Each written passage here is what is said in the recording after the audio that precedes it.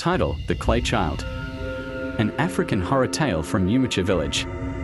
In the quiet village of Umuchie, where the trees whispered secrets and the moonlight never quite touched the earth, lived a woman named Nnenna. She was kind, gentle, but barren. Year after year, she watched other women carry children on their backs, laughter echoing through the village as sons and daughters grew strong. Nnenna's womb, however, remained silent. The pain grew unbearable. One night, under a blood-red full moon, she wandered deep into the forbidden forest, the place the elders called Ala Mmụọ, the land of spirits. There, she knelt before an ancient shrine overgrown with vines and moss. And with trembling hands, she molded a small child out of red clay. Weeping, she whispered, "Give me a child, even if he's not of man. Let me be a mother, even for a while." And something answered. The wind fell silent. The ground trembled.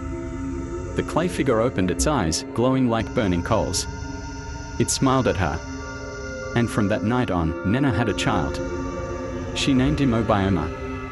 He grew fast. Too fast. Within a week, he was walking. By the second week, he was speaking, fluent in tongues no one had ever heard. His eyes were always hot, too hot to look into for long. And then, the killings began. On the night of the next full moon, villagers awoke to find one of their goats slaughtered. Its blood smeared in strange symbols across Nnenna's hut. She said nothing. She only held Obioma tightly, rocking him to sleep. The next full moon, a child from the neighboring hut vanished. Only tiny red clay footprints were found near the edge of the compound. Still, Nnenna stayed silent. But the third moon was the most horrific. Her husband, Obioma, a strong and respected hunter, was found lying cold in his own blood. His chest torn open, his heart missing. Nnenna, her hands stained with clay, sat beside his body, whispering lullabies. The villagers gathered. The chief, the elders, the warriors, all called it an abomination. They tied the clay child with palm ropes, dragged it to the village square, and built a fire high enough to reach the sky. But as the flames rose, Obioma screamed, not like a child, but like 1,000 spirits being torn from the earth. The ropes melted and he burst free, his body glowing red like molten earth.